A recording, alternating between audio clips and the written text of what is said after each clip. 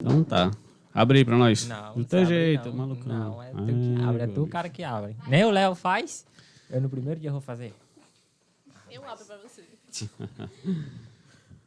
Olá, estamos de volta com mais um Trevo Podcast. Para quem não me conhece, eu sou o Jackson Freitas. Aqui do meu lado não é o Leonardo Maciel. Hoje é o João Batista. E aí, cara? Salve, filé. Para quem não sabe, o Léo não pôde estar aqui hoje. O Léo tá viajando. curtindo as férias. Mal começou e já Tá entrou de de férias. férias já. Deixa o cara, rapaz. Trabalhou o ano todo.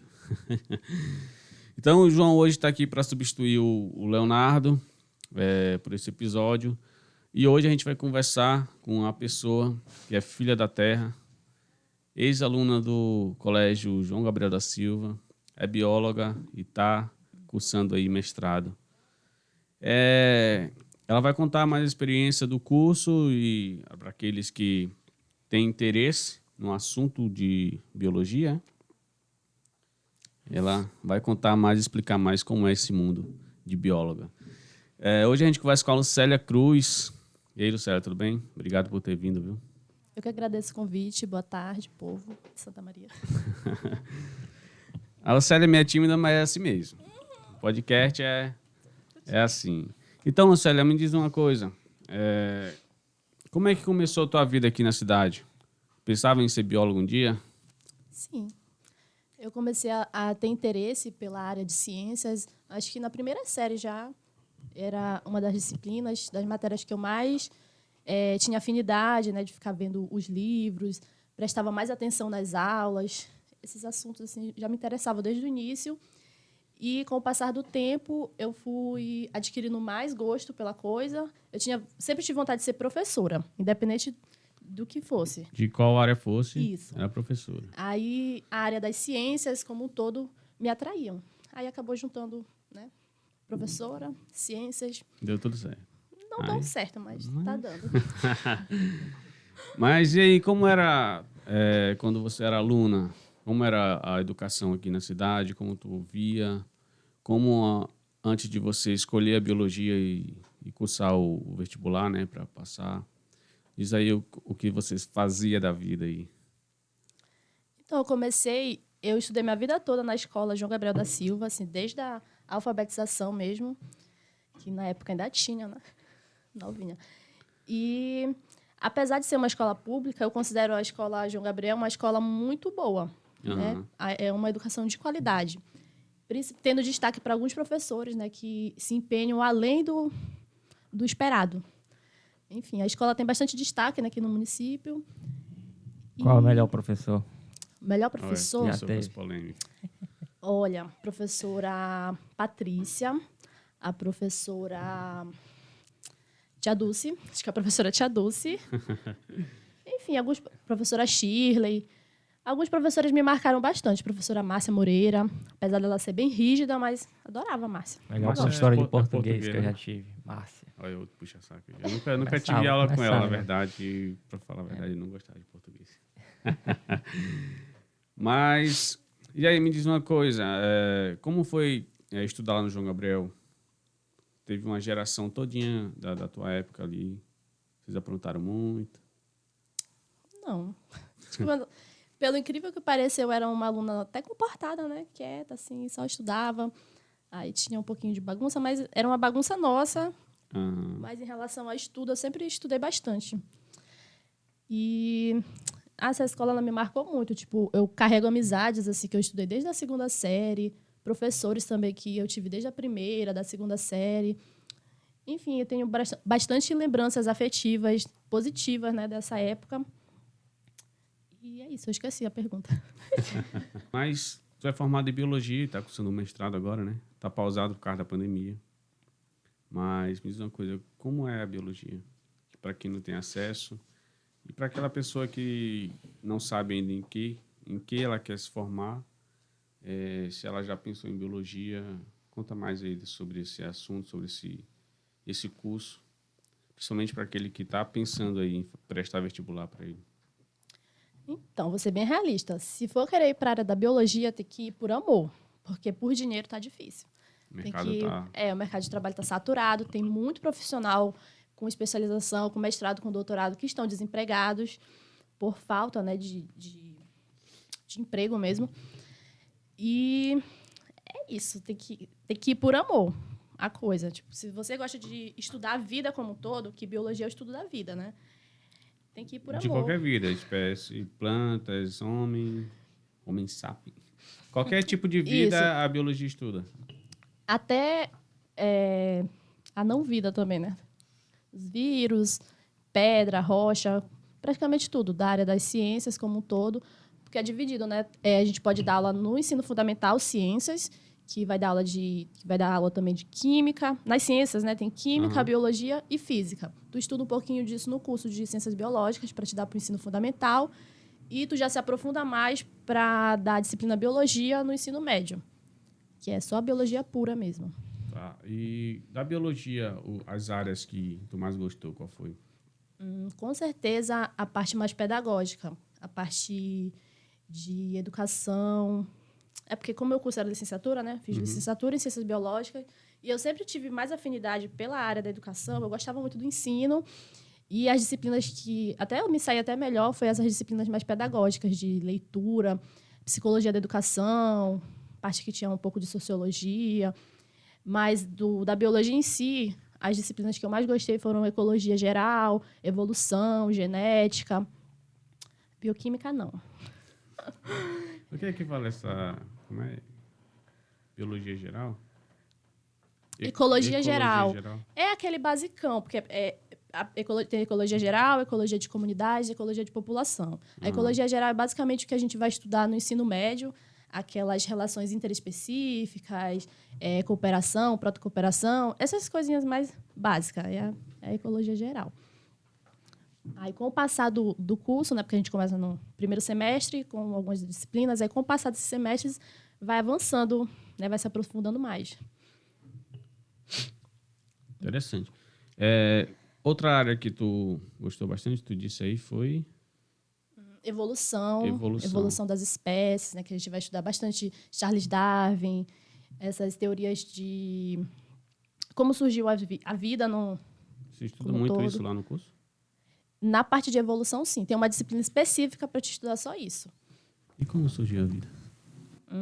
Aí a gente vai passar um bom tempo apresentando algumas teorias, né? A gente tem as teorias, aí a ciência vai mostrar isso, temos essas teorias. A gente também tem que dar aula explicando a parte do criacionismo. Aí a gente não vai especificar uma religião, a gente vai dar o criacionismo como um todo. Um ser superior, né, criou a humanidade, assim. Aí cada religião vai aprofundar. Mas a gente tem que falar sobre isso também. E sobre a tua faculdade, tua experiência? Porque teve que fazer faculdade lá fora, né? Sim, eu... Fez em qual cidade? Em Bragança, na UFPA de Bragança, né, no Instituto de Estudos Costeiros. Pelo Enem que passou? Sim, eu prestei vestibular, né, fiz o Enem. Aí com a nota do Enem, joguei para a UFPA de Bragança. E eu passei na primeira chamada do... Né, processo, como é? Segunda chamada, né? Primeira chamada, não sei, enfim. Não foi na primeira chamada, foi na segunda chamada. Eu já estava estudando outro curso em São Miguel, fazia letras, língua portuguesa, na UEPA. Daí teve a primeira chamada e eu me mandei. Eu já estava toda alojada em São Miguel com casa, com móveis, tudo lá, estudando há um mês e pouco. E eu parti atrás do meu sonho, né? Já queria biologia, conseguiu. Já que era para sofrer, bora sofrer com uma coisa que a gente gosta. E como é a vida de um universitário lá? Fora da família, longe da família? Não sei se tem família lá, no caso. Eu tenho família, eu tenho uma tia lá. Mas tu morava com os parentes lá? Eu morei com ela o primeiro semestre, só o primeiro semestre, até eu conseguir, né, alugar uma casa mais próxima da universidade, porque ela morava um pouco distante. Aí, enfim, dava toda uma complicação para ir para a aula. Aí o meu curso era integral, estudava de manhã, à tarde, às vezes à noite, dependendo das disciplinas. Aconteceu uma vez só de estudar de manhã, de tarde e à noite. Geralmente era mais pelo período da tarde e as disciplinas pedagógicas pelo contraturno. Quiser puxar mais para ti, sim. Fica mais à vontade. Daí eu achava interessante, eu vou voltar na minha linha do tempo. A rocha. Eu comecei, né? Eu já falei que eu comecei a ter mais afinidade por ciências, gostava da área, né? Queria ser professora de alguma coisa. Aí uma área que me atraía mais era ciências, como um todo, e língua portuguesa. Sempre gostei de literatura infanto-juvenil, literatura brasileira. Era uma coisa também que me atraía. não é à toa que eu prestei vestibular também para letras língua portuguesa, né? E é por isso que eu até citei a professora Márcia, que ela é bem marcante disso, de estimular a gente a leitura, de estimular nessa parte de sarau, né? De recitar poemas dentro da sala. Eu lembro até que ela deixava um espaço em todas as aulas para alguém recitar poemas. Valia meio ponto. Extra. E eu sempre estava lá. O professor esperar a professora, alguém vai recitar, eu já levantava a mão, eu aqui. Enfim.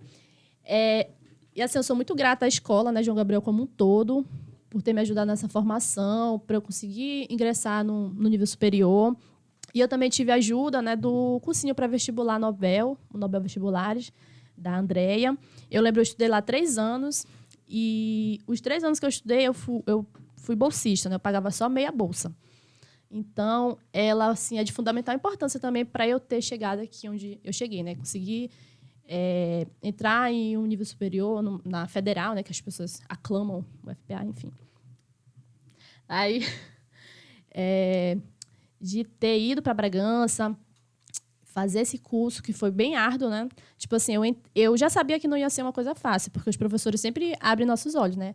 Olha, é uma coisa que tu gosta, mas não vai ser fácil.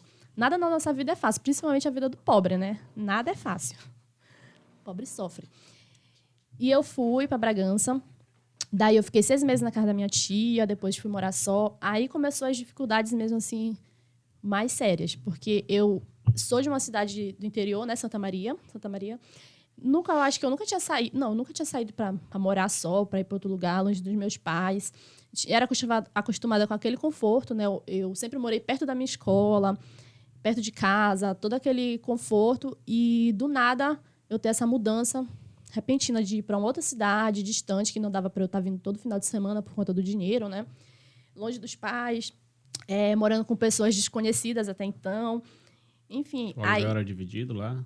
Sim, a gente divide aluguel para ficar mais em conta, né? Porque a gente tem que pagar a internet, aluguel, as contas, tudinho, a comida. No começo, eu morei numa casa bem pequena, com 5 pessoas. E era assim, era uma por cima do outro. Aí depois a gente foi avançando, né? Foi ficando mais chique. Uma casa maior e outra maior, até que todo mundo tinha mais o seu conforto. Conforto, entre aspas, né? Privacidade também. Daí eu morava pertinho da UFPA, então acho que não dava nem 2 minutos da minha casa para a UFPA de Bragança. E aí foi facilitando mais essa questão, né, da moradia, que antes eu morava com minha tia, era mais distante e tudo mais. Aí foi diminuindo essa dificuldade. Só que, assim, lá para o final de 2015, eu comecei a desenvolver alguns transtornos psicológicos, né? Por conta de toda essa pressão da universidade. Eu já tinha ansiedade, foi tudo só intensificando, né?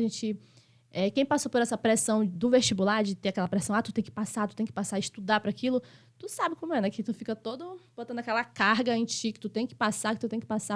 E aí eu comecei a desenvolver. Aí eu entrei na universidade, aí começou a vir essas pressões minhas mesmo, não é dos meus pais, de ninguém. Pressões minhas. Eu me pressionava muito. Eu nunca tive dificuldades nas disciplinas em si. A minha maior dificuldade mesmo era a questão psicológica. De eu conseguir me encontrar na vida mesmo, assim. E a questão do dinheiro também, né? Que uma complicação. A questão financeira, eu acho que ela complica todo universitário que é de classe média para baixo, né?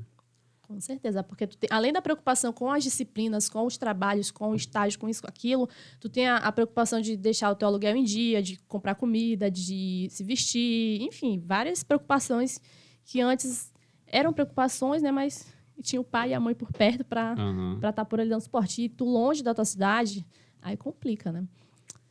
Mas, enfim. Aí, depois que eu consegui superar essas questões psicológicas, de eu ir me tratar, eu desenvolvi transtorno de ansiedade, né? Generalizada. Com o tempo, eu desenvolvi fobia social, que eu passei por um episódio traumático lá, de ver uma pessoa quase morrendo. Aí, essas coisas também foram acumulando até chegar um tempo que tu explode, né? Tu vai acumulando tudo aquilo, não procura ajuda profissional. Quando chega um tempo, tu explode. Tipo, tu vai enchendo aquele copo d'água, né? E tem um tempo que ele vai transbordar. E chega um tempo que eu transbordei, isso lá para 2017. Estava em que semestre do curso? Eu estava no 5º semestre. Quinto? O último é o quinto? Não, 2017, pera. Eu não sei, Jax. Tava no... Tá, não 2015. precisa lembrar. Quinto, tava no 5º semestre. 2015 que eu entrei, aí... Isso influencia muito no teu desenvolvimento dentro do curso, né? Na faculdade. Pelo incrível que pareça, não me influenciava muito. Em questões de notas, assim. Era mais com convivência. Tipo, eu conseguia me virar, né? Com as disciplinas, com tudo. Mas é questão de... Para quem me conhece, né? Vocês me conhecem assim um pouquinho. Eu sempre fui muito extrovertida. Com quem eu tenho afinidade, né? Sou muito extrovertida, de contar piada, isso, aquilo. Em determinado momento, eu virei outra pessoa. De não falar mais com ninguém, de não rir, de não conversar. Aí, isso aí, as pessoas foram notando, né? Uma pessoa que era muito extrovertida e de um momento para o outro, assim, ela mudou, se fechou completamente. Aí, esses questionamentos. Por que tu tá assim? O que tá acontecendo? Aí, essas interações sociais que pesavam mais para mim, porque eu não sabia explicar o porquê eu estava daquele jeito. Né? Aí, só depois que teve o episódio que eu comecei a desenvolver síndrome do pânico, eu não conseguia mais sair de casa, eu não queria mais ir para aula. Enfim, os sintomas que a pessoa com síndrome do pânico tem. Aí, depois que eu superei isso, né, comecei a ir para o psicólogo da universidade. Eu fui primeiro para o psicólogo da UFPA, que tem um suporte lá, né, psicológico. Antes não tinha. Acho que começou em 2017. Tive a sorte de começar no período que eu estava surtando na universidade. Daí eu fui com o psicólogo da UFPA, ele me transferiu, porque ele é um psicólogo educacional. Ele ia tratar de coisas educacionais, e o meu problema não era esse, né? Daí ele transferiu para o município, eu comecei a ter acompanhamento toda semana. Semanalmente eu estava com acompanhamento com uma psicóloga maravilhosa, a Ellen, lá de Bragança. Maravilhosa mesmo. E eu fui melhorando, eu conseguia já ser uma pessoa mais normal, né? Entre aspas. De fazer minhas disciplinas mais normais e ter mais interação, ter uma vida sadia. Esse tipo de dificuldade que tu passou e desenvolveu ao longo do curso é normal para os alunos ou isso acontece só numa pequena parte? Olha, eu vou falar pela minha turma, vou dar o exemplo da minha turma. Na metade do curso, já tinham desistido mais da metade da turma. Era uma turma assim, de quase 50, se formou acho que uns 20 e pouco, né? Começando por aí. Algumas porque trocaram de cursos, outros por problemas psicológicos, tiveram casos de... teve fobia social, tiveram casos de depressão, de ansiedade, tentativa de suicídio. N situações na minha turma só, falando da minha turma. Foi aí que a universidade, o coordenador geral, ele percebeu que grande parte da universidade estava adoecendo mentalmente e trouxe esse atendimento psicológico para ajudar. Então, é uma coisa da universidade como um todo, né? Porque a pressão é em qualquer curso e é basicamente isso, né? A minha turma, tem gente até hoje que ainda não conseguiu terminar. A minha turma é de 2015, teoricamente era para a gente graduar no começo de 2019. Tem gente até hoje que não conseguiu, por conta de problemas assim, psicológicos. Fobia social, depressão. É uma coisa que causa evasão escolar muito forte. Mas tirando essa parte um pouco mais negativa, que é essa dificuldade, essa pressão que acaba causando esse tipo de transtornos, tem o lado bom também, não tem? Tem. Já que você ficou olhando, meu Deus, disse que tem. Não, porque assim, eu creio que tem. Você faz novas amizades, você, queira ou não, você aproveita algumas coisas. A turma geralmente desenvolve algumas atividades para ajudar no custo também, né? Vocês tinham esse tipo de ação lá na turma de vocês? É importante eu também enfatizar que a questão de problemas psicológicos pode acontecer na sociedade como geral, né? Qualquer pessoa, estudante ou não, pode desenvolver algum tipo de transtorno psicológico. Só que a gente tem profissionais para isso, né? Qualquer pessoa pode desenvolver e o importante é procurar uma ajuda profissional. Se tu não está conseguindo sozinho superar aquilo, a gente tem psicólogos, psiquiatras, terapeutas para isso. Então, é uma das dificuldades, eu acho que quase todo graduando, né? Mas é até normal. E, sim, a gente desenvolvia muitas atividades, assim, para levantar o astral, né, da turma. Por exemplo, todo final de disciplina, a gente fazia uma confraternização. Final de semestre, fazia uma confraternização para se divertir, beber, essas coisas, assim, que não dá para fazer estudando sem parar. E questão de campanha financeira, a gente fazia muito campanha financeira para viajar para outro estado. Porque, tipo, assim, na vida acadêmica, a gente precisa, né, ter o ensino, a pesquisa e a extensão. O ensino, a gente já faz dentro de sala leva, enfim. Aí, tá, dentro do currículo, né, nosso currículo, porque para quem quer ser acadêmico mesmo, que tá almejando mestrado, ter um bom currículo para entrar em doutorado, alguma coisa assim, a gente tem que encher nosso currículo Lattes com eventos internacionais, quem dera, né? Nacionais, regionais. E isso custa dinheiro, né? E a gente já tem toda a questão da dificuldade para pagar o aluguel, para pagar a internet, para pagar isso, para pagar aquilo. E ainda tem um a mais, né? Que são esses eventos que geralmente acontecem fora do Pará. Aí, para essas situações, a gente fazia campanha financeira de vender brigadeiro na universidade, vender na rua, vender caipirinha, pedir no sinal. A gente fez, eu acho que uns 3 meses pedindo no sinal para ir para Paraíba, em 2016. Porque, assim, tinha a ajuda da universidade, né? Eles dão um ônibus, geralmente. O UFPA tem essa facilidade, que não é tão fácil, mas, em comparação a outras universidades, a gente vê que é um pouco mais fácil. Aí a gente imagina, se a federal, o pessoal diz que é fácil e a gente tem toda essa dificuldade, eu fico imaginando as outras. Porque não é fácil a gente conseguir os ônibus, mas enfim. Daí a universidade dava o ônibus, mas a gente tinha que custear a nossa alimentação, pagar o evento, né, a inscrição no evento, essas coisas, passar uma semana para fora. A gente fazia essas campanhas financeiras, de pedir no sinal, de vender as coisas, mano, tudo que tu imaginar, de ir passar o carnaval vendendo caipirinha para arrecadar dinheiro, para ir para algum lugar, participar de um evento e apresentar o trabalho, apresentar artigo, apresentar post, alguma coisa assim. E era basicamente isso que nosso refúgio, porque não é todo mundo que consegue bolsa. Tipo, a UFPA em si, ela tem alguns programas, né, para estudantil, tipo, de auxílio moradia, para quem não mora naquela cidade.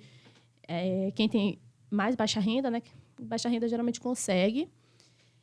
E tem também o auxílio alimentação, tem o auxílio creche para as meninas que são mães. Enfim, tem uma série de apoios estudantis, mas que não dá para todo mundo. Uma pequena parte que consegue. Imagino. Teve muita história para lá, para contar? Que história, já. Porque... Vai aprendendo aí, já que tu quer fazer faculdade, viu? Tô só ligado aqui, a música. Agora chora. Teve muita história lá que tu fez com teus amigos, que tu vai levar para a vida toda? Sim, muitas Conta umas histórias. Aí que tu pode contar. Eu posso contar todas. O negócio é passar, né? Depois a gente quer colocar no podcast. Ótimo. Conta então uma bem engraçada aí que tu passou lá. Não. Deixa pra lá. Eu acho, tipo, as mais marcantes pra mim foram mais essas de campanha financeira, tipo, de eu ir pedir no sinal. Uma coisa muito marcante. Tu tá pedindo no sinal dinheiro.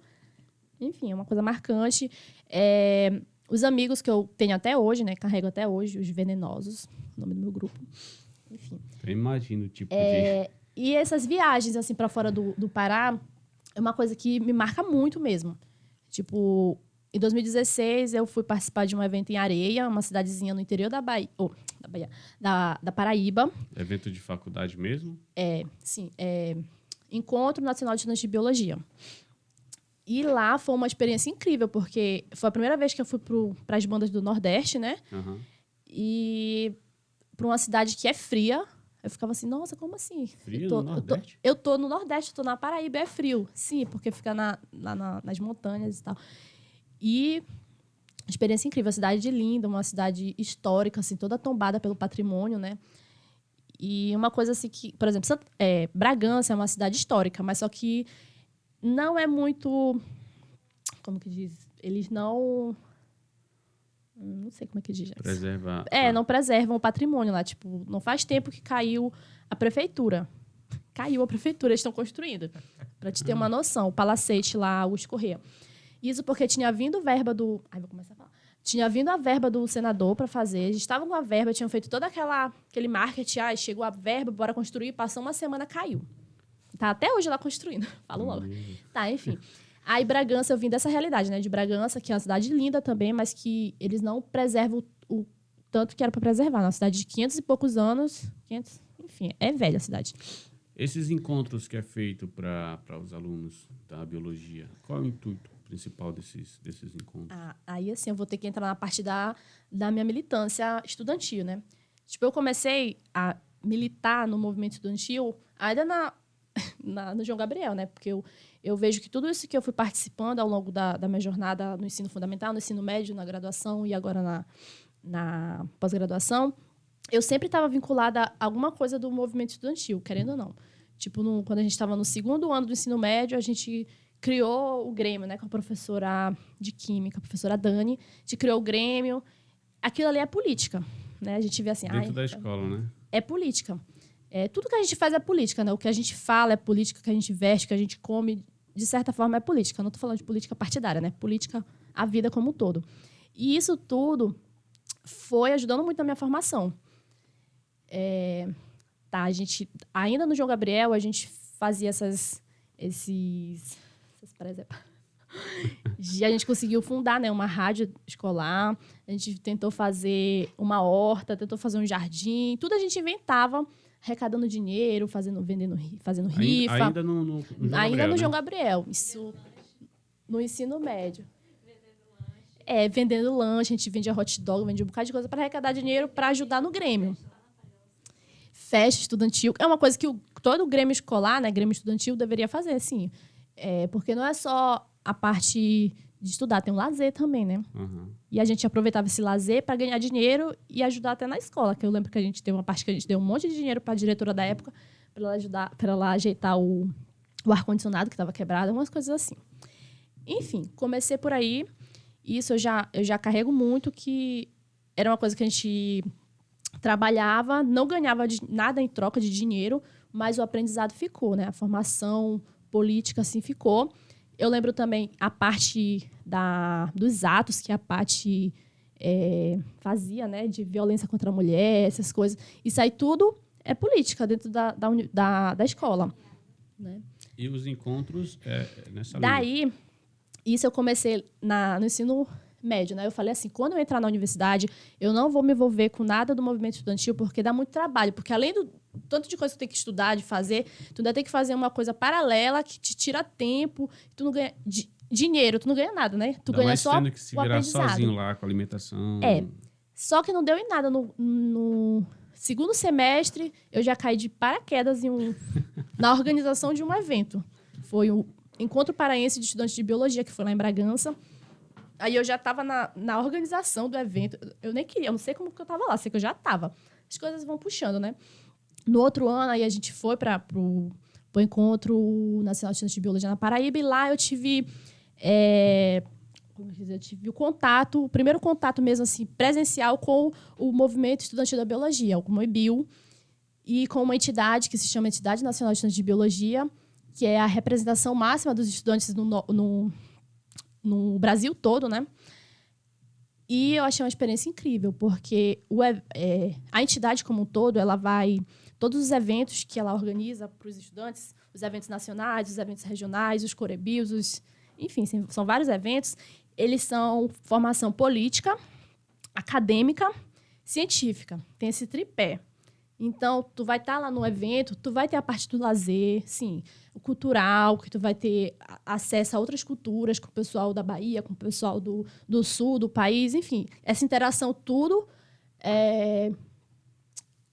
ajuda, né, na tua formação, principalmente o professor. Né? A gente tinha assim, experiências com... A gente via assim, a experiência dos estudantes de biologia lá da Bahia. Eles estão passando por essas dificuldades, mas eles conseguiram fazer isso, um centro acadêmico, e conseguiram ganhar tal coisa. Bora fazer aqui no Norte também? A gente pegava essas experiências de lá para conquistar coisas aqui. É como se fosse uma exposição de experiências. Onde todo mundo se junta e a gente troca experiências acadêmicas, científicas, culturais. E isso é uma coisa assim que eu levo assim, para a minha vida toda. Até hoje, eu ainda faço parte da ENEBIL, que é a Entidade Nacional de Estudantes de Biologia. Mesmo sendo egressa, eu continuei ajudando na construção dos eventos. A gente construiu durante a pandemia, a gente fez vários eventos virtuais.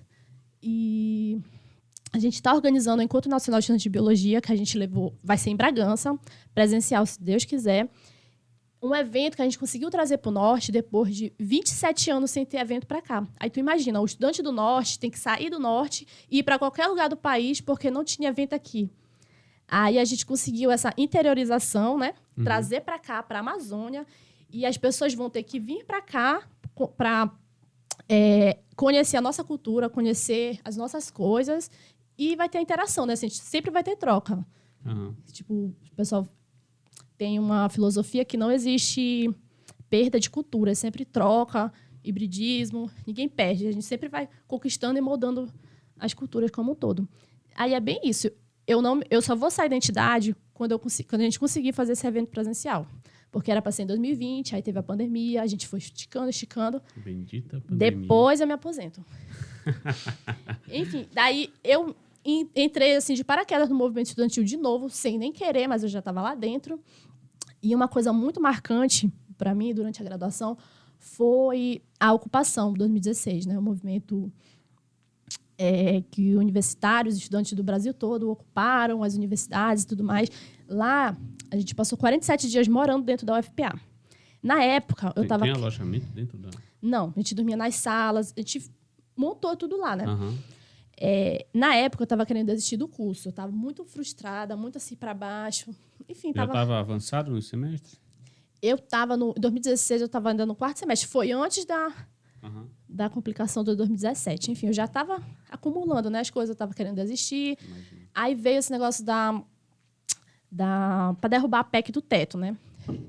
E eu entrei naquilo ali de paraquedas para fazer, porque eu já entrei no Centro Acadêmico de Biologia, fiquei uns 2 anos no Centro Acadêmico, Cabio, construindo lá, enfim, brigando com os professores, brigando com todo mundo, para conseguir, porque não existe conquista sem luta, sem ir atrás, meio difícil, mas enfim. Daí eu entrei a graduação, né? A ocupação, 2016, foi, eu acho que a época mais marcante mesmo. Foram 47 dias de construção política pura. Tu acordava, tu tava presenciando aquilo, né? Tu acordava, tu ia participar dos eventos que a gente organizava para a população, ir lá assistir. Era tudo aberto para a população. A gente ia nas casas ao redor da universidade, explicar a política, e ver assim, você sabe o que está acontecendo? Está acontecendo isso. Enfim, vocês já estão bem por dentro, né? Congelamento dos gastos da PEC do teto, né? A PEC do teto. Congelamento dos gastos em saúde e educação por 20 anos. A turma de vocês era contra? A nossa turma foi a turma... Até hoje a gente é conhecido como a turma da ocupação, porque a gente era a turma que estava mais em peso na ocupação. Até o reitor, no dia da nossa colação de grau, ele falou, essa aqui é a turma da ocupação. Mas ele até falou, mas vocês não vão mais precisar ocupar, porque isso e aquilo. Aí a gente falou, será? Não se sabe. Mas, enfim. Todos eram contra a PEC do teto, por N motivos, né? E aí, assim, as pessoas falam, vocês ficaram 47 dias e não deu em nada. Não deu em nada, assim, a PEC foi aprovada, porém, tudo que a gente construiu nesses 47 dias na cidade influenciou muito. Influenciou nos deputados que foram votados, influenciou no presidente que foi votado tempos depois, influenciou no prefeito que entrou na cidade, influenciou na mentalidade das pessoas. Lá, Bragança é uma cidade muito da galera ir pra rua, questionar por que caiu isso aqui, tipo, caiu o Santo Benedito. A galera foi protestar. Caiu o maior monumento da cidade, cara. Como é que pode isso? Perto do período da Marujada, que é a maior manifestação cultural da cidade. E a universidade acho que é a entidade que mais adentra nesses assuntos, né? Daí, a gente tinha muita parceria com o Sintep, né, dos professores do município, tinha parceria com outras instituições de lá. Então, era uma coisa que estava tudo integrado. Estudante, população, era uma coisa que dava certo. E tudo que a gente viveu ali, 47 dias fazendo ato, fazendo manifestação, fazendo isso, influencia na mentalidade das pessoas até hoje. Que as pessoas ainda falam, ainda questionam, qualquer coisinha eles vão para a rua, eles vão lá para a prefeitura questionar. Enfim, é uma coisa que tanto para a gente quanto para a cidade mudou bastante. Interessante. Se meteu em muita roubada lá? Queria. No máximo que a gente fez mesmo assim de errado, entre aspas, foi atear fogo em uns pneus em frente de uma casa de uma fulana lá, que eu não vou citar nomes. Era protesto? Era porque ela votou a favor da PEC. Enfim. Daí mas não deu em nada, porque a gente só tocou fogo lá, apagou, acabou. Foi só um ato simbólico mesmo, um ato simbólico para a população acordar. De coisas assim bestas mesmo, mas enfim, se fosse para ir apanhar, eu ia. Atos políticos, a gente fez muito ato político, ato cultural. Enfim, isso sempre com apoio, porque a pessoa pensa assim, eles estavam fazendo ato, fazendo isso, mas sempre a gente tinha o apoio, tem que pedir autorização para a polícia, eles acompanham, a polícia acompanha, fecha o Demutran, né, eles fecham para te passar na pista, é tudo certinho, porque tu não pode também só, eu vou protestar aqui, vou parar ali. Não pode, a gente tem que ter todo, tipo, a gente só pode ficar 2 horas parando na pista. É ato político, mas tem que ser, não pode ser na bagunça, senão vira bagunça. É verdade. Porque o teu direito acaba, né, quando o do outro começa. Verdade. Mas, enfim, me diz uma coisa. Digamos que essa geração aí que vai prestar vestibular esse ano queira pensar em prestar vestibular para biologia. O que tu diria, aconselhava ali para ele? Assim, o mercado de trabalho como um todo, ele tá saturado. Tá saturado mesmo. Tipo, tem muito profissional para poucas vagas. Quando abre um concurso da área, abre assim duas vagas para 1 bilhão de pessoas tentar aquilo. Inclusive, vou até fazer um protesto aqui, tô nem aí. Abriu agora concurso para o IBAMA e para o ICMBio. São órgãos ambientais. Certo. E abriu para qualquer pessoa que tenha graduação fazer. Coisas que não... Um contador pode fazer. Qualquer pessoa com graduação pode fazer. Se inscreve. Aí é uma coisa injusta, porque quando abre um concurso para enfermeiro, para médico, para isso, o biólogo não vai poder fazer. O biólogo não vai poder fazer N concursos. Abre um concurso para contador. Nunca que um biólogo vai poder fazer. E porque quando abre um concurso para área ambiental, qualquer pessoa pode fazer. Aí, pouquíssimas vagas para tudo isso de concorrência, que só entre o curso, né, ambientais como todos, ciências naturais, ciências biológicas, ciências ambientais, várias, engenharia disso, engenharia daquilo, ambiental e florestal também, já é muito concorrido. Só a área ambiental já é muito concorrida. Aí tu abrindo para qualquer pessoa que tenha graduação fazer, aí fica complicado, né? Sendo que é um órgão ambiental, que tu tem que ter uma base, pelo menos, para estar atuando ali. Verdade. Mas é o desmonte, né? É uma coisa, é um projeto para defasar o ICMBio, para defasar o IBAMA, para ver assim, aquele órgão não está funcionando, bora privatizar. Que é sempre isso que acontece. Enfim, tá. Tirando a parte ruim de estar saturado, os empregos, isso, aquilo, tem muito profissional bem qualificado, desempregado ou trabalhando em qualquer outra coisa que não é da área.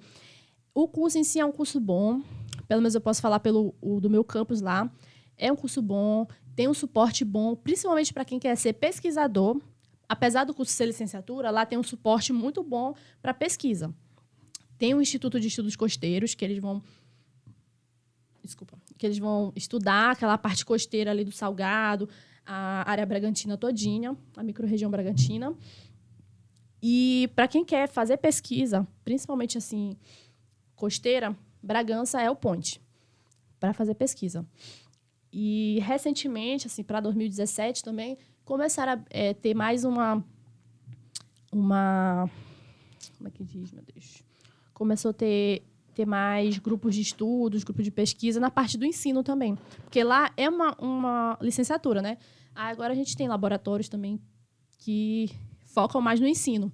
No ensino, na extensão, mas para quem quer fazer pesquisa, para quem quer ser biólogo, de trabalhar assim, em órgão mesmo de pesquisa, vai para Bragança. Essa área de pesquisa, essas pesquisas, elas servem para que tipo de situação? Para tudo. Por exemplo, Bragança começou a ser um polo assim, de pesquisa na década de 90, quando vieram os alemães, vieram uma galera assim, de fora da Irlanda, de tudo, para pesquisar aqui a costa paraense. Certo. Daí foram ficando que eles armaram todo, né? Era só uma escolinha que o município cedeu e eles foram crescendo, que virou um Instituto de Estudos Costeiros. Daí foi ficando todo esse suporte. Vários professores que vieram só para trabalhar na época ficaram, até hoje moram na cidade e foram cada um abrindo seus laboratórios de pesquisa, trabalhando na universidade. E isso foi abrangendo, né? Tipo, não é à toa que a galera sempre fala em pesquisa. Bragança. Tem livros, tem muita publicação na cidade, para quem quer trabalhar com a parte de manguezal, de ecologia. Bragança é o ponte. E a pesquisa ela vai servir para tudo. Por exemplo, tem trabalhos da hidro, tem trabalhos de tudo, porque tu vai precisar do biólogo para fazer aquele licenciamento ambiental, para fazer isso, para fazer alguma coisa. Tipo, tem uma professora tem vários trabalhos, né? Mas as que eu gostava mais era a parte que tinha o socioambiental, que tinha o social com a parte ambiental. Sempre foi o que me chamou mais a atenção. Tratamento de água, tem bastante lá para analisar a água do município, os rios, o Rio Caeté, tudo mais. E tudo isso vai precisar do biólogo, ou do cientista natural, ou do engenheiro de pesca, que lá são os 3 cursos, que é o, né, do polo. Ciências naturais, ciências biológicas e engenharia. Só tem esses 3 cursos lá? Não, esses são os 3 cursos que são do IECA, o Instituto de Estudos Costeiros.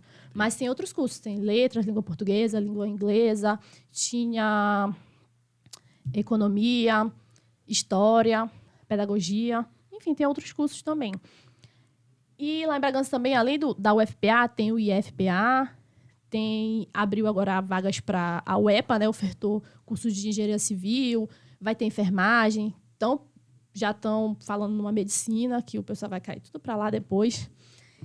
Enfim, é uma cidade...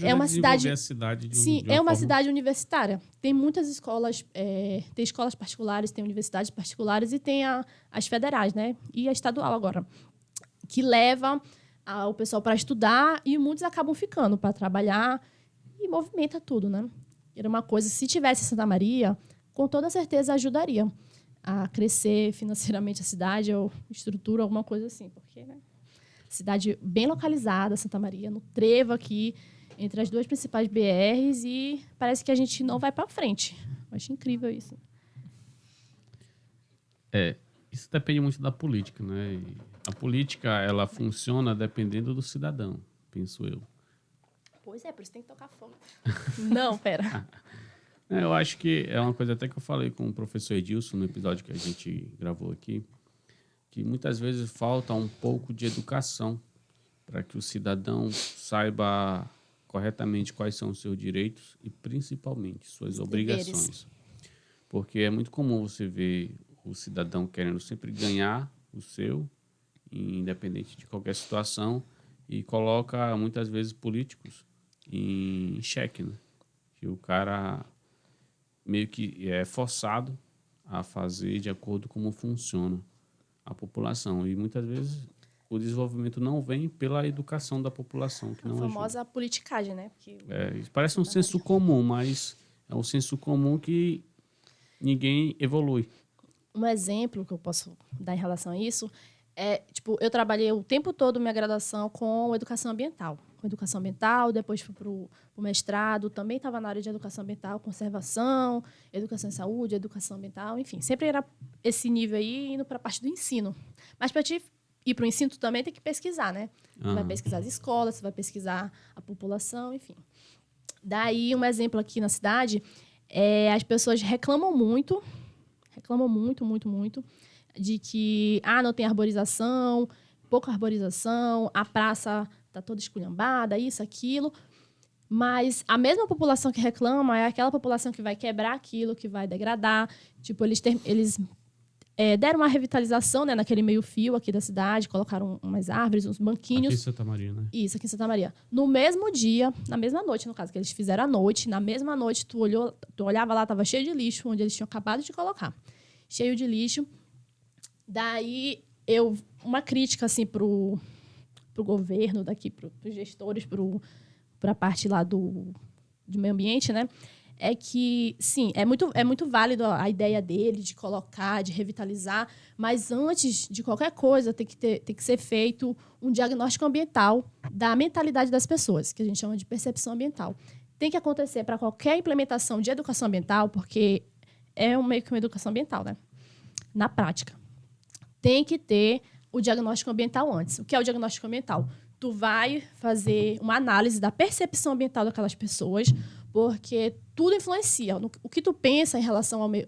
Deixa eu tirar aqui. Tá incomodando. O que tu pensa... Pera. Agora é minha área, agora eu vou falar. Fica à vontade. Agora eu vou falar. A tua percepção sobre meio ambiente, ela vai influenciar diretamente em como tu age com aquele meio ambiente.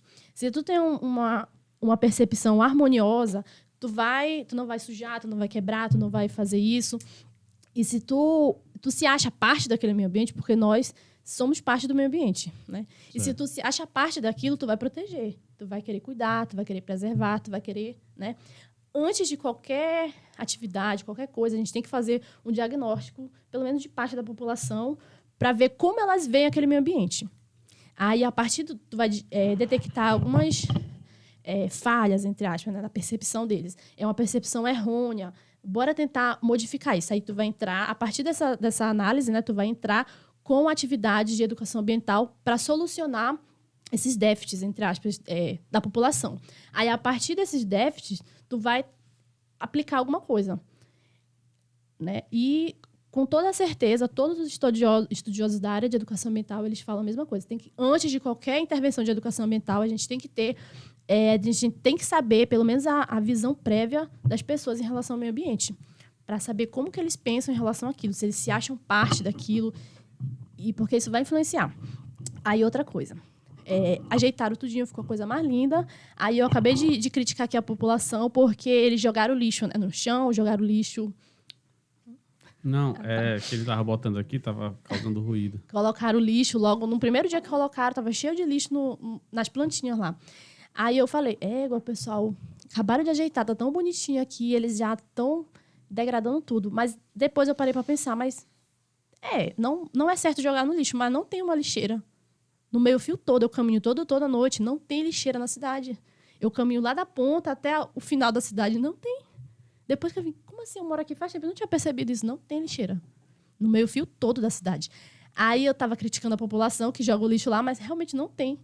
E não é todo mundo que tem uma educação ambiental. Não justifica, mas também... Não justifica, mas é aí que tem que ver onde tem algumas falhas nesse projeto de revitalização. Tem um espaço para colocar lá, lixeiras, mas não tem. Na praça, tu acha uma ali, outra aqui. Em algumas esquinas tem, mas no meio-fio não tem.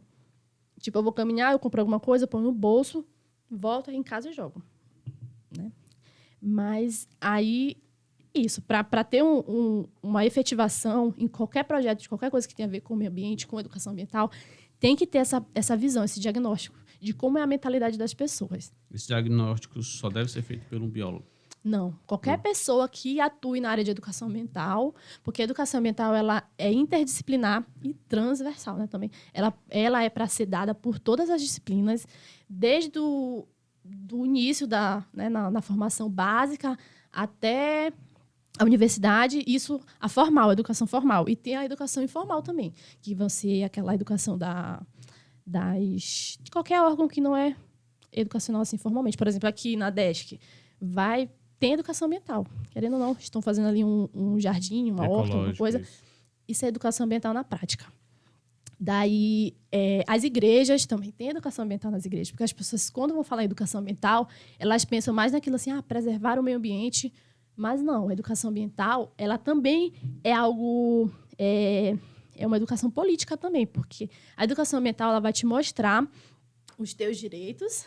Tu tem direito a isso, aquilo, a um meio ambiente. Tu vai ver a lei orgânica do município, na parte do meio ambiente. Tu tem direito a um meio ambiente sadio, em equilíbrio, isso e aquilo. Tem lá todos os nossos direitos como cidadãos e tem todos os nossos deveres também. De cobrar, disso, daquilo. Aí a educação ambiental vai te ajudar nisso. A tu ter consciência dos teus direitos e deveres e correr atrás. Eu costumo pensar, eu acho que eu nunca devo ter falado isso para alguém, mas quando uma pessoa ela sabe suas obrigações e ela foca em sempre estar em dias com as suas obrigações, ela automaticamente se torna um cidadão melhor. E ela passa a cobrar do próximo a obrigação dele também. Isso acaba sendo transformador, né? Porque a gente ouve muito que a gente tem que ser crítico, a gente tem que criticar, mas muito pouco em relação a gente ser crítico com a gente mesmo. A gente se cobrar para que a gente faça o nosso papel na sociedade, né? Que isso acho que é o maior diferencial. É a gente se autoanalisar e se autocriticar.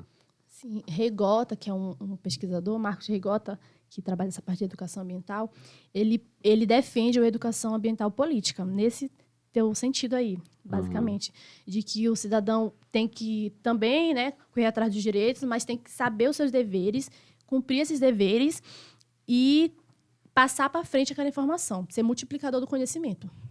Tipo, não adianta só... Quer dizer, é legal tu saber dos teus direitos, tipo, eu sei que eu tenho que fazer isso, eu sei que eu tenho que fazer isso, eu faço, mas eu tenho que ensinar. Eu tenho que ser uma educadora ambiental. Qualquer um de nós precisa, qualquer um de nós pode ser. O que tu sabe daquilo, tem que compartilhar o teu conhecimento com alguém, né? Que vai fazer toda a diferença para a vida desse próximo. E assim vai. Tem muitos estudos que mostram também que se a gente for intervir desde pequeno na educação básica, as crianças elas são excelentes meios assim de multiplicação de conhecimento. Então, começando a aplicar essa educação ambiental desde a escola ou em casa, desde pequenininho, nossa, vai facilitar muito a vida no futuro. Cara, eu acho que tem muitas pessoas que podem achar isso um senso comum. Eu acho que até é a questão da educação desde a da infância. Mas se isso fosse praticado com frequência por todas as famílias, eu acredito que a sociedade evoluiria de uma forma extraordinária. E isso, às vezes as pessoas falam, mas a política, não sei o quê, sempre é culpa da política, né? Só que os políticos que estão lá saem do nosso meio. A política partidária, né? Isso, a política partidária. Aqueles que comandam, que têm o poder. Tudo... Isso. Muita gente culpa eles por causa da desgraça de um município, por exemplo. Mas eu acho que aqueles políticos, eles saem do nosso meio. Mesmo que alguns privilegiados, mas quando a gente tem educação desde criança, a chance de um político no futuro ser uma criança que foi bem educada é muito grande. E isso pode fazer toda a diferença na sociedade, porque o poder que a política dá a poucas pessoas, ela pode mudar de uma forma muito grande a vida daquela comunidade, como ela pode desgraçar também aquela comunidade. Sim, eu tenho 3 coisas para destacar. Talvez eu vá lembrar das 3, mas eu vou começar da primeira. Geralmente, as pessoas, como um todo, elas vão colocar toda a responsabilidade da educação, como um todo, nas escolas, né? Mas não, a educação tem que vir de berço, né? Os princípios, os morais, tudo tem que vir de berço. A escola ela vai repassar também alguns princípios, mas mais o conteudismo, né? Não é tão certo, mas é mais isso a responsabilidade que o senso comum vê das escolas. E isso vai, nossa, cagar tudo, né? Ai, meu Deus, não posso falar isso. E outra que eu vejo muito, até me perdi, mas enfim, que eu vejo muito a gente cobrando, né, dos governadores, cobrando, a culpa é deles, disso, daquilo. Mas aí a gente vê assim, a gente fala, transforma a política em uma coisa de outro mundo, com acesso, só aquelas pessoas que não prestam, de má índole, que podem ser políticos, porque a gente criou essa visão errônea, né? Aí a gente não quer fazer parte daquilo porque tem medo de se tornar sujo ou mal visto.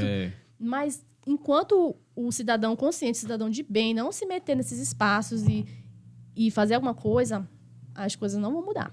Porque a gente, tipo, eu vejo muito, as pessoas só criticam de casa e falam, podia fazer isso, fazer aquilo. Poxa, vai lá, se candidata para vereador, corre atrás, revira o mundo, tenta fazer alguma coisa. Pode até não ganhar agora, vai tentando, vai tentando. É pouco, mas a gente começa aos poucos e isso vai multiplicando. Eu acho que a política ela não estraga a pessoa. Se a pessoa for alguém íntegro, alguém que de fato luta pelos direitos da sociedade, falando de uma forma mais superficial, a política ela não estraga a pessoa. Muito pelo contrário, a pessoa contribui com a política. Por mais que o trabalho dela seja quase insignificante dentro de tantos problemas que há lá dentro, eu acho que as boas pessoas fugir da política é um desperdício muito grande e atrasa demais. Sim, que nem eu vejo aqui no nosso município pessoas com grande potencial para entrarem nesse mundo. Que poderiam estar lá dentro. Posso citar vários nomes aqui, mas que não querem ter, né? A gente até entende, porque o pessoal como todo tem uma visão errada. E, poxa, Santa Maria está perdendo muito com essas pessoas que não... Demais, cara. Quando... Está até acontecendo no cenário político nacional essa dicotomia de você ter 2 lados e ficar brigando por 2 lados. Eu acho que isso é um desperdício muito grande. Acontece muito em pequenos municípios. Ter sempre 2 lados. Sempre os lados que têm mais grana para gastar são os caras que se destacam lá. E, infelizmente, a política é decidida por grana, onde isso é um erro muito grande.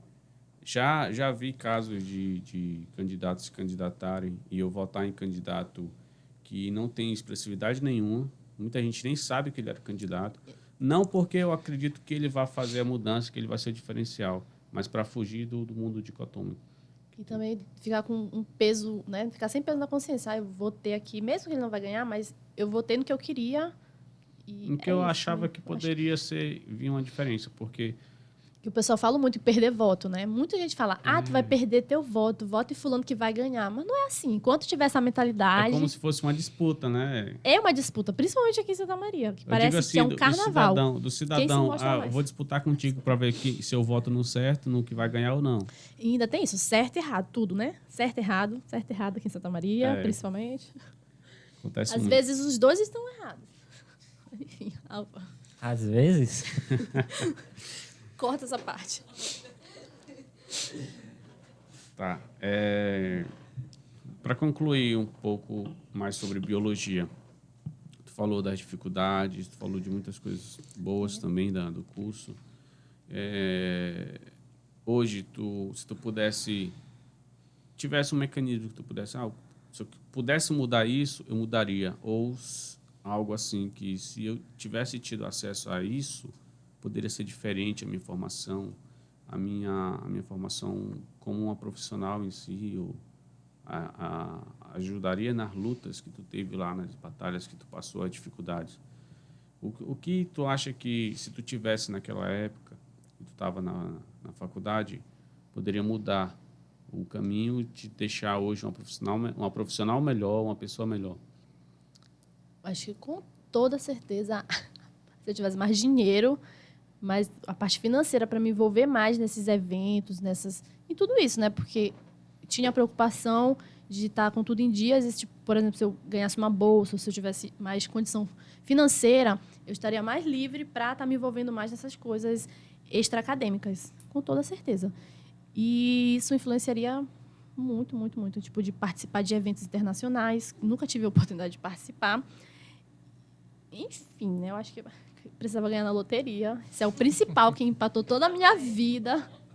Não nasci herdeira. Ai, já estou pensando aqui em outra coisa, porque isso aqui é só brincadeira. Não é muita brincadeira, né? Mas... eu acho que sim, também. Isso é assim, questão financeira para o pobre. Tipo, eu sou filha de um pedreiro, filha de uma dona de casa, que com todo o esforço, nesses 4 anos, conseguiram me manter lá em Bragança para eu estudar, para eu concluir. Com dificuldade, sim, mas nunca faltou nada. E é isso, acho que... Mas... Dinheiro. Eu não consigo pensar em outra coisa, porque se arrepende de algo? Eu tive várias oportunidades e o que me impediu muitas vezes, por exemplo, de participar de algum evento, alguma coisa assim, política ou até científica mesmo, foi a questão financeira. Com toda certeza. Eu acho que para todos influencia muito. Se arrependeu de algo? Tu acha que deveria ter feito diferente? Acho que eu me arrependo um pouco de não ter me envolvido mais em algumas causas que eu poderia ter me envolvido mais. Muito mais. Mas eu também acho que eu fiz o que eu podia fazer, né?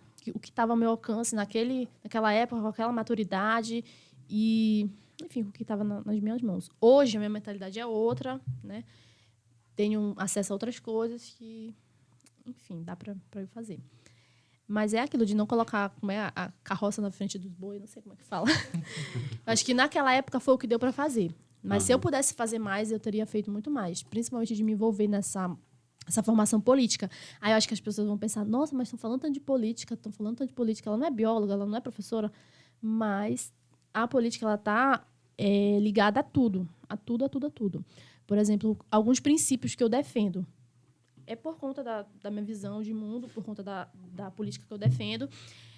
Na entidade que eu faço parte, a Entidade Nacional de Estudantes de Biologia, a gente tem vários princípios a seguir, né? Tipo, os 10 mandamentos, ou 12, sei lá quantos mandamentos são.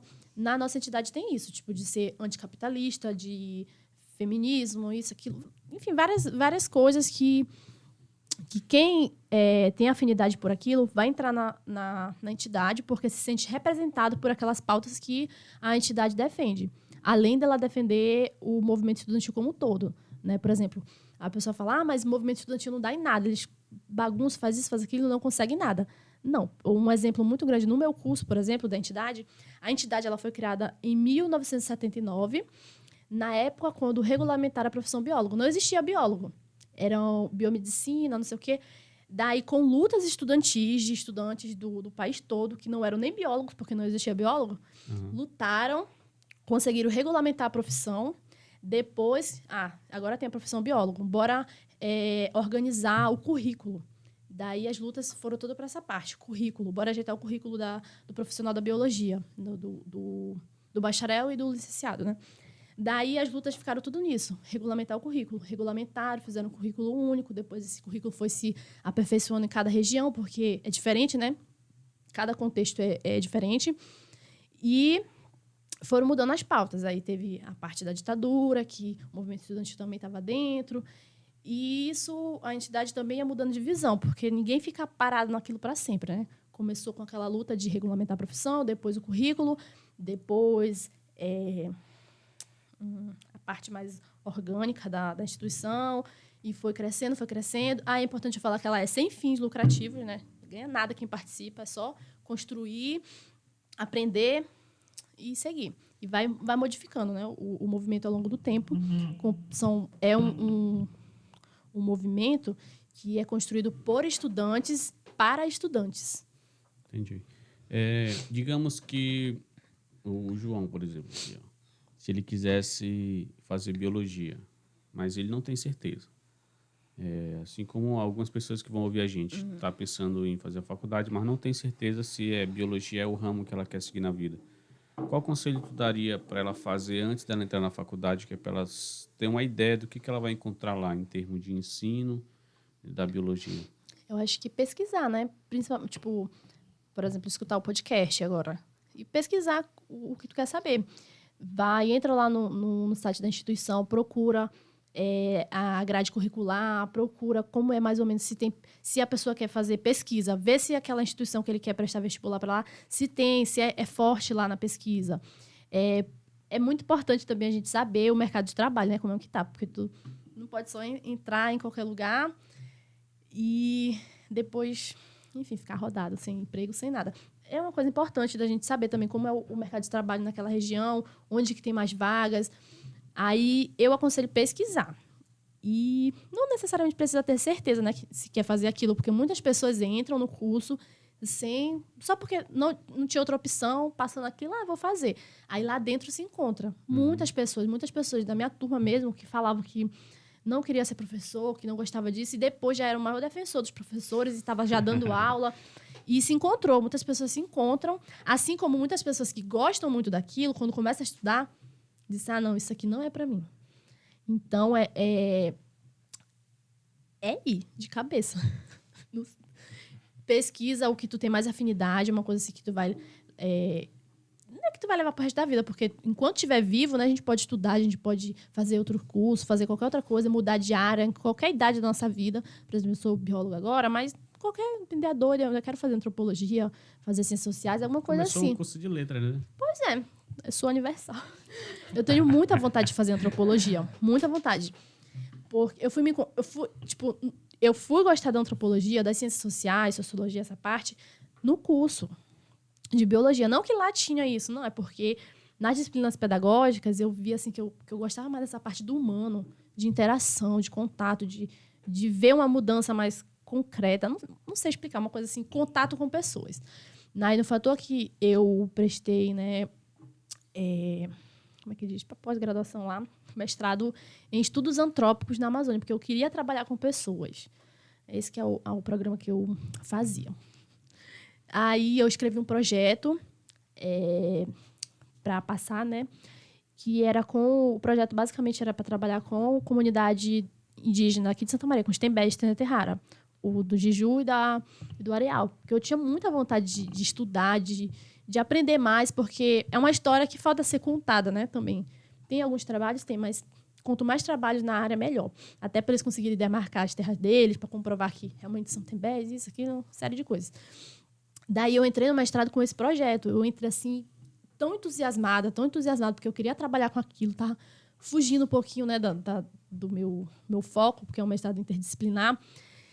E só que quando eu cheguei, que estava sem financiamento, estava no período de cortes, até hoje estão cortando dinheiro de tudo quanto é coisa, né, das instituições públicas, mas enfim. Aí estava cortando bolsas, eu não ganhei bolsa, tive que trocar o projeto por outra coisa que eu não fazia a mínima ideia do que era, aí já fiquei um pouco desmotivada. Aí nas disciplinas, na pós-graduação, algumas disciplinas eu me encontrei muito, tipo estudos interculturais, me encontrei muito, e outras já, ai meu Deus, o que é isso que eu estou fazendo aqui, senhor? Que disciplina é essa? Tipo, eram, por exemplo, epistemologia, que é filosofia pura, basicamente. E o que a gente tem no ensino médio não é nadinha, né? E eu não tive uma base na graduação, então fiquei bem perdida na época, mas deu para ir.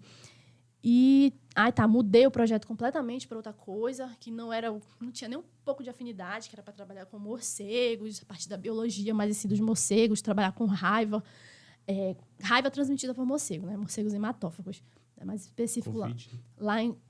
Não. Lá em Curuçá, lá vem o coitado do morcego ser culpado por tudo.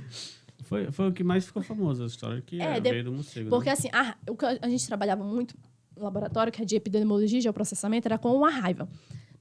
Aí era a raiva transmitida pelo morcego hematófago, em específico. Porque qualquer mamífero pode transmitir a raiva. Qualquer mamífero, até a gente. Tu tá com raiva, se tu morder alguém ou arranhar, tu vai transmitir raiva pra outra pessoa.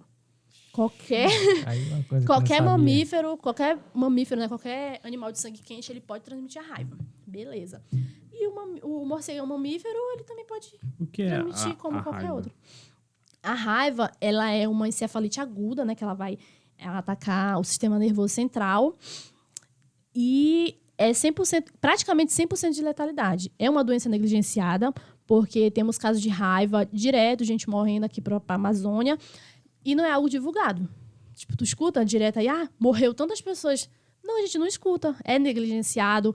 Tem a vacinação antirrábica, mas não é aplicado, né? Tipo, e onde acontecem mais os casos de raiva são mais no interior, na zona rural. Aí, se a gente for olhar aqui para a nossa realidade da Amazônia, praticamente tudo é rural. O que não é lá em Belém é tudo rural, entre aspas, né?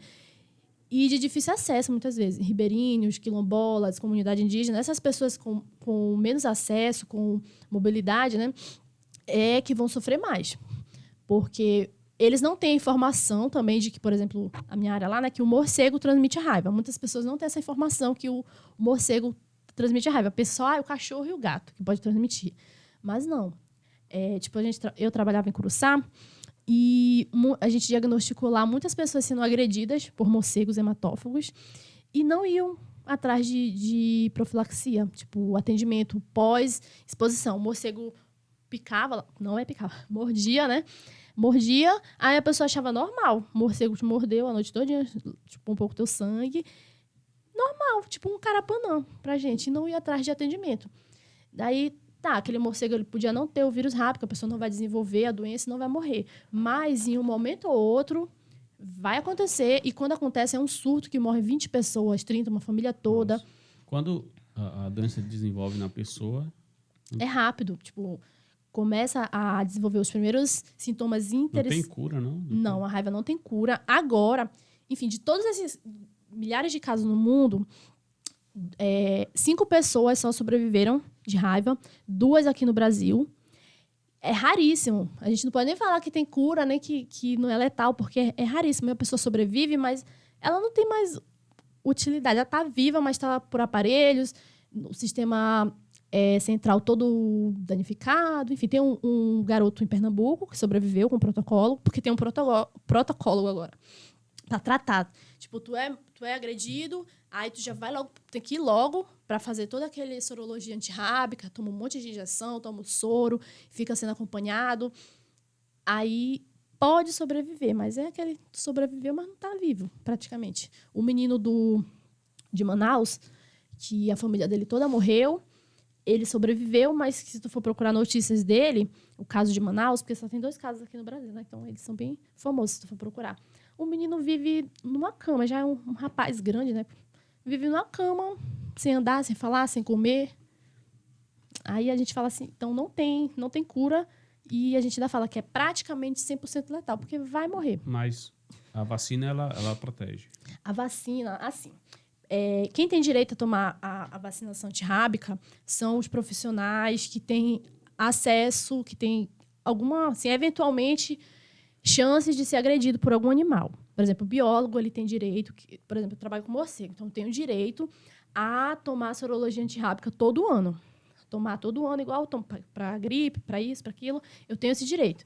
Mas, quando eu for agredida, eu tenho que correr no posto de saúde para fazer a profilaxia pós-exposição, né? Fui agredida por algum bicho, mas eu tenho que ir. Eu já sou vacinada, mas eu tenho que fazer todo aquele protocolo para não desenvolver. Vai que tem o vírus. Se tiver, pode desenvolver ou não? É 100% de chance de desenvolver. Então, a vacina adianta?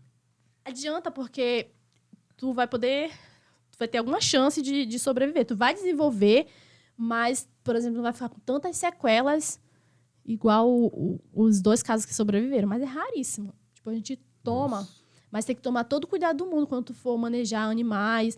Nem só quem vai manejar, qualquer pessoa que tá em casa, entra um morcego. Aí, enfim, tem algumas dicas, né? Que não é para mexer no morcego de jeito nenhum. Abre as janelas, deixa que ele vai sair. Ele vai dar o jeito dele de sair. Se isso for à noite, esse morcego ele só pode estar... ele pode ter só se batido em algum canto, tá debilitado, ele vai sair sozinho. Se for de dia, aí tem que ter mais medo ainda, porque assim, é atípico o morcego tá de dia, né? Porque ele tem hábitos noturnos.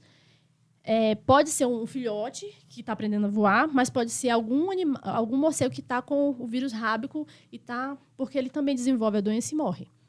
Né? Não são todos que desenvolvem, mas... O comportamento dele muda, né? Muda, igual o cachorro. O cachorro a gente vê com raiva, a gente já vê aquela imagem que começa a salivar, né? Salivação excessiva, fica agressivo. Tem uns que somem ou tem uns que atacam. Vai depender muito de qual vírus que ele tá. Se é o V3, o V1 ou o V2. Porque o V3 é o que vem do morcego, o V2 é do gato e o V1 do cachorro. Tem toda uma coisa por trás. Muda o comportamento. Assim como se uma pessoa também estiver com raiva, vai mudar o comportamento. Tem primeiro os sintomas interespecíficos, que febre... sintomas generalizados. Febre, dor de cabeça, isso, aquilo. Vários sintomazinhos que qualquer doença pode dar. Mas depois de uns 3 dias, aí vai aparecendo os sintomas específicos da doença. A salivação excessiva, hidrofobia, quando o paciente ele vê água, ele começa a salivar e espasmar, tipo espasmos musculares involuntários por todo o corpo. Fotofobia, que é a sensibilidade, né, à luz. Aí o indivíduo que está manifestando já o vírus rábico, ele vai ficar com essa fotofobia, a língua vai ficar... Enfim, uma série de coisas que vai acometer, né, vai levar ele ao coma. Primeiro ele vai entrar em várias convulsões, leva ao coma e ao óbito. Mesmo tendo o protocolo, que tem um protocolo todo grandão assim para tratar, a pessoa é raríssimo sobreviver. Não é à toa que só tem 5 sobreviventes no mundo todo. Aí é uma doença praticamente letal e é negligenciada. Pode ser que é pior que o câncer, né? Se o câncer diagnosticado... Dá até para... No início, tem né? mais chance. Porque ele vai atacar o sistema nervoso da pessoa. Entra por algum sítio de exposição e ele vai ter atração pelo sistema nervoso. Aí é o nosso principal, né, sistema. Vai atacar o cérebro e... Muita onda. Onda. Não sabia dessa história, não. E eu fiquei foi com medo agora. Não. Aí o que a gente tem que fazer? Fazer a nossa parte. Vacinar os cães e os gatos. Tomar cuidado para esses gatos, esses cachorros não entrarem em contato com qualquer animal silvestre. Não é só um morcego, não. Qualquer animal silvestre. Não se alimentar de qualquer animal assim, aleatório. Eu vou pegar um tatu aqui, vou pegar tal coisa, vou comer. Isso é muito comum no Pará, né? Cada lugar tem sua cultura, né? Mas a gente tem que tomar cuidado. Porque as zoonoses, né, que são essas doenças transmitidas de animal para animal, porque nós somos animais. Mano, qualquer animalzinho que a gente se alimentar errado aí, ou qualquer coisa pode... Não é à toa que os cientistas já estão dizendo. Primeiro, os cientistas falaram há uns 10 anos atrás que ia acontecer uma pandemia. Falaram há muito tempo ia acontecer uma pandemia, a qualquer momento, uma grande pandemia. Por conta dos nossos hábitos alimentares, por conta da degradação do meio ambiente. A gente está, a todo momento, diminuindo os hábitats dos animais. A gente está invadindo um lugar que não é para a gente estar invadindo. E esse maior contato entre animais humanos e não humanos vai causar, né, uma hora ou outra vai passar um vírus, uma bactéria de um para o outro, que é o que a gente chama de spillover, que é o derramamento, o transbordamento, no caso, de uma zoonose para outra pessoa. De um vírus, uma bactéria, que a gente fica pensando assim, que foi o que aconteceu com o coronavírus, Covid, porque já existiam coronavírus desde sempre. Aí, os vírus, como qualquer outro ser vivo ou não vivo, aí, eles lutam para sobreviver também. Se a gente vai evoluindo, os mais aptos sobrevivem, os vírus também, as bactérias também. A todo momento, eles estão se reproduzindo para perpetuar a sua espécie, né? Para perpetuar e seguir. Em determinado momento, ele estava em um animal, aí conseguiu um ambiente propício para se modificar geneticamente, para evoluir, entre aspas, e pulou desse animal para outro, que é o spillover, né? Que é o transbordamento. Aí vamos dizer que foi o morcego, né? Vamos dizer que foi o coitado do morcego. Do morcego, pulou para um animal intermediário. Lá nesse animal intermediário, que as pessoas falam no pingolim, né? Uma coisa assim, que a gente não sabe também. Ele teve... ficou assim, propício, né? Lá o ambiente para ele se dividiu, várias recombinações genéticas, até que conseguiu pular para outro animal, que no caso foi o humano. Daí, no humano, ainda teve mais interações com o nosso sistema imunológico, uma série de coisas para surgir o coronavírus. Aí não é à toa que até hoje está mudando direto, várias cepas. É porque, assim como nós, seres humanos, estamos lutando para perpetuar a espécie, com anticorpos, com isso, com aquilo, os vírus também estão. Eles estão lá tentando sobreviver. Então, eles vão se reproduzir, vão mudar geneticamente para continuar. Aí é uma luta lá e uma luta cá. Que visto melhor. Daí os cientistas já tinham falado disso há muito tempo. Tem até filmes muito parecidos assim, com o que está acontecendo, que foi feito há 10 anos, sei lá. Tipo aquele Contágio. Tem vários, muito parecidos. E agora os cientistas estão falando que a qualquer momento vai ter uma nova pandemia até mais letal vinda da Amazônia. Aí todo mundo, nossa, não vai não. Não vai, né? Tipo, olha o tanto de desmatamento que a gente está fazendo agora, com esse desfalque nos órgãos ambientais para desmatar mais, para queimar, para pegar isso, para aquilo. A gente está entrando, o ser humano está entrando em novos habitats, ele está interagindo com novos animais e essa maior interação pode gerar novas cepas de vírus, de N coisas. Ainda mais aqui na Amazônia, que é tão grandiosa, diversificada. Então, a qualquer momento, pode acontecer isso sim. Até mesmo com o coronavírus ou com qualquer outro. Tipo, antes de... Uma coisa que eu até critiquei muito no Twitter. O pessoal começou a fazer pesquisa no mato e tudo quanto é canto e não estava nem liberado. Tipo, ainda estava na pandemia, o pessoal começou a fazer pesquisa. Só a gente não... É um vírus novo, a gente não sabia como lidar, a gente não sabia muito bem. E o pessoal já estava lá, entrando em contato, estava levando, estava expondo outros animais àquele vírus que a gente não sabe o que vai acontecer no organismo dele. Vai que ele encontra, por exemplo, uma preguiça. É um exemplo. Uma preguiça. Tu tá lá fazendo tua coletagem, aí de alguma forma tu contagia lá essa preguiça. Aí dentro da preguiça, ele encontra um ambiente propício para se modificar geneticamente lá, evoluir, isso, aquilo. A gente não sabe, isso pode acontecer com qualquer animal de sangue frio, ou de sangue quente, aliás. Pode retornar bem mais letal. Aí ele vai e depois retorna.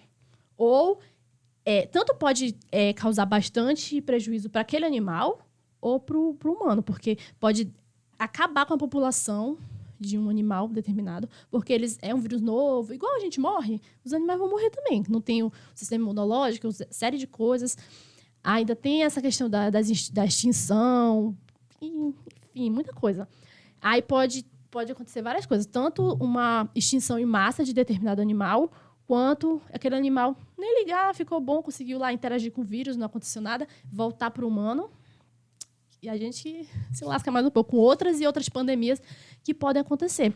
Tanto pela nossa forma como interagir com a natureza, com o meio ambiente, de que a gente não se vê como parte do meio ambiente, então a gente vai destruir, a gente não vai conservar. E as pessoas falam muito que a gente só protege o que a gente conhece. A gente só ama o que a gente conhece. Então, a educação vem nesse sentido aí, para te conhecer, para proteger tal coisa. Por exemplo, antes de eu começar a estudar os morcegos, eu tinha medo de morcego, né? Porque, o morcego é um animal sombrio, que isso, aquilo, pode causar várias doenças. Mas os patógenos que eles podem transmitir, qualquer outro mamífero pode transmitir e vai estar muito mais a ver com o meu modo, né, de agir do que com o do morcego. O morcego, geralmente, ele vai estar lá no habitat dele, na dele. É o humano que vai lá interferir nas coisas. Então, a educação tem que partir do animal racional, né, que somos nós, seres humanos. O João discorda dessa afirmação. Ele disse que o morcego invade o espaço dele. Tinha Qual lá é o no teu quarto espaço? dele esse dia. É porque o morcego, ele tem os... Como é que diz? Os abrigos e os refúgios. Aí, em algum momento, aquele teu quarto lá foi uma floresta, foi alguma coisa naquele local. Ou não, né? O morcego só não tem mais o local onde ele fica, ele vai procurar um refúgio. Ele não tem mais o abrigo dele natural, ele vai atrás de um refúgio em algum lugar, porque o morcego, ele também é um animal social. Não é muito assim que fala, mas que também interage, né? Vai estar nas cidades, vai estar em outros locais também, igual os ratos. Mas o morcego não é uma peste urbana, tá? Porque os ratos são peste urbana. Nem me fale, cara. Tá um surto de rato lá em casa. Imagina. Enfim, Jack. Então, vamos fazer biologia, vamos... Interessante. A biologia abrange uma... Tem um leque uma área muito grande, muito grande. Tanto de áreas para te estudar, de áreas para te trabalhar. Uma área que eu conheço muito, que a gente vê muito falar, é a parte da biólogo marinho, né? Sim, biologia marinha. Tu estuda isso na faculdade, mas tu não especifica. É porque, né? assim, eu acho que em qualquer curso, eu não sei como é os outros cursos, mas a maioria dos cursos a gente estuda o todo e vai se especificar... Ai, meu Deus, corona aqui. E vai se especificar para fazer o teu TCC, para fazer... Sempre vai se especificar. Nunca tem uma pessoa que saiba de tudo, muito de tudo. Tu vai ter que se especificar. Igual o professor falava que... Ele dava um exemplo de um biólogo. É um exemplo mentiroso, mas era um exemplo. Que ele era especialista na asa esquerda da borboleta, não sei o quê, não sei o quê, não sei o quê. Aí é tipo isso mesmo. A gente vai se especializar em uma coisa. E tu vai ser muito bom naquilo que tu vai se especializar, né? Porque tu vai estudar bastante aquilo. Não... Tu vai precisar de todo o resto, mas geralmente a gente vai migrar para uma área, né? Vocês aí, contador, por exemplo. Exatamente. Estudou um monte de coisa, mas qual é o que tu mais trabalha? Eu mais trabalho na parte fiscal. A Natália no departamento pessoal e contabilidade e por aí vai. É sobre isso. Sou universal. Interessante. Qual a participação da biologia na produção de uma vacina, por exemplo? Nossa, foi muito... Não é à toa que foi uma bióloga que fez o sequenciamento genético, o primeiro sequenciamento genético aqui no Brasil, né? Porque a gente é uma área muito abrangente, vai ter desde biomedicina, bioquímica, tudo isso aí o biólogo está no meio. Inclusive, recentemente, o CRBio aprovou para o biólogo também conseguir atuar na parte de imunização, de aplicação de injetáveis. Mas claro que ele vai ter que precisar ter uma especialização. Ele vai ser formado em biologia, mas sempre vai ter que se especificar. Um mestrado, um doutorado, alguma coisa na área. Isso é óbvio, né? Não é à toa que a pesquisadora lá que conseguiu fazer o sequenciamento era da parte de genética, né? Enfim. Daí pode... É todo o processo da fabricação, o biólogo pode estar incluído. Desde o sequenciamento genético, reprodução dos vírus, pegar RNA mensageiro e modificando, porque tem algumas vacinas que são de RNA mensageiro, tem outras do vírus atenuado. Enfim, o biólogo pode estar em tudo isso. Basta ser da área, né? Estudar aquilo, ter uma especialização, um doutorado, tá lá no meio. Enfim, é bem amplo a nossa atuação. O problema é só que está saturado. Não é que é um problema ter muito profissional. O problema é que não tem lugar para a gente trabalhar. Não tem mercado, né? O mercado está saturado. Que o pouco do mercado que tem, ele está saturado, mas a gente não vê novas instituições surgindo, institutos de pesquisa para desenvolver, tratamentos, vacinas, para ajudar na saúde da comunidade, né? É até uma vergonha esse período pandêmico que a gente passou, né? O Brasil com os órgãos, assim, tipo o Fiocruz, o negócio lá de Manguinhos, esses daí todos que são fodásticos na área assim, de imunização, de sorologia. E a gente não tinha o material. Tinha profissional apto para fazer uma vacina brasileira, 100% brasileira, mas a gente não tinha o material, o IFA, por exemplo, não tinha a matéria-prima para fazer aquilo, não tinha seringa, não tinha isso, não tinha várias coisas. Tipo, o profissional falta incentivo. Falta incentivo, financiamento na pesquisa. É por isso que o financiamento é importante, porque se tem um financiamento bom, a instituição consegue todo tipo de recurso para que eles possam desenvolver pesquisas. Não tem como o pesquisador fazer pesquisa sem ele ganhar pelo menos uma bolsa para se custear em alguma coisa. Pesquisa é caro. Uma coisa que eu falei com o Tubarão, que gravou com a gente, se as pessoas pudessem viver daquilo que elas são boas, a gente tinha excelentes profissionais. Então, se um biólogo pudesse viver, não se preocupasse com renda, só estudando, pesquisando, eu acho que teríamos profissionais incríveis aqui na nossa cidade. Sim. Muitos biólogos que fazem bacharel, por exemplo, eles querem o bacharel porque eles querem só ir para a área da pesquisa, né? Para ir para essa área mais ambiental, só de pesquisa, mas eles aí vão bater naquela... Mas para fazer pesquisa no país, tem que estar vinculado a alguma universidade. Ele vai ser obrigatório ele ter que dar aula, ele ter que aturar aluno, porque é o único local que ainda tem um financiamentozinho. É as instituições públicas, principalmente as maiores, né? Eu tenho muitos professores que eram de medicina, que me deram aula, aí estavam lá dando aula também, porque tiveram que passar em um concurso público, aí tem que dar aulas para poder viver da pesquisa, que é o que eles queriam, né? Pesquisa. Porque sem financiamento não dá para fazer nada, não. Difícil. Legal. Queria que o Léo estivesse aqui, que eu acho que ele seria contextualizar as coisas uma pessoa mais capacitada para desenvolver a conversa. Mas eu achei interessante demais a biologia. Eu não sabia que tinha um leque tão grande assim. Uma importância fundamental no desenvolvimento da saúde, né? Porque é da saúde, né? É um curso da saúde. Aí tem muita briga ainda que não querem que o biólogo seja da saúde, mas as nossas disciplinas, tudinho, a base é da saúde. A medicina, quando eles vão estudar lá, eles vão estudar um monte de biologia, a gente costuma brincar no meio contábil que o contador, ele não é só contador, ele é psicólogo, ele como é que eu posso? Humorista. Coach, ele é coach, ele já tem que ser é tudo. Podcasteiro.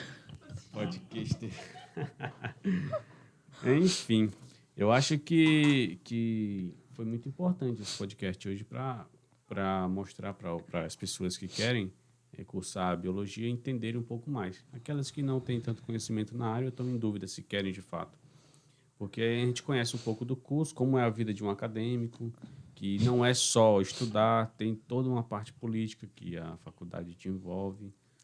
Tem muitas pessoas que nem precisam passar por essa parte política, só foca lá no acadêmico, se forma, pega teu título e vai fazer o que tu quer. Muitas pessoas fazem isso. Não julgo, vai de cada um, né? Não julgo, né? Mas eu precisava ter uma formação a mais. Entendi. Como pessoa mesmo, assim, né? Nem profissional. Mas vai influenciar, né? A pessoa, o profissional, o pessoal. Por mais que, por exemplo, alguém que esteja ouvindo não concorde com a tua opinião política, se elas... muitas pessoas nem sequer se envolvem no que elas de fato concordam, porque, sei lá, não tem responsabilidade. Porque eu creio que uma pessoa, para ela dizer para outra que ela está errada ou não, ela precisa ter uma boa base para isso. E muitas vezes a pessoa só aponta o dedo tem que estudar, de torcida política, né? Mas senso comum também, né? Muito senso comum. O senso comum... Eu vi aqui no WhatsApp também. Eu fico indignada quando chega algum áudio, alguma coisa. Aí começa assim... Sempre a pessoa, primeiro, ela vai dizer a formação dela para dar aquele né? É um biólogo, é um médico bem respeitado. Fala o nome todinho, aí fala um monte de coisa que não tem nada a ver com o que ele mesmo estudou. Não faz nem sentido a pessoa ter um posicionamento daquele se ela nem estudou aquilo. Tipo, o curso dela não ensinou aquilo para ela. E ela defende completamente o oposto. E essas pessoas têm moral, né? Para falar, porque primeiro vão mostrar assim, eu sou um médico, sou doutorado em tal coisa, e eu tô falando assim. Então, não é porque a pessoa é um médico ou um doutor, é isso, aquilo, que ela tá certa de tudo, não. Aqui no Pará, não sei em outros estados, mas é muito comum esse pessoal mais antigo ter receita para tudo, né? Claro, copaí, bandiroba, a rocha. Tudo. Mas serve mesmo. Catucino, melzinho. Tá me salvando isso, mano. Não fosse azar.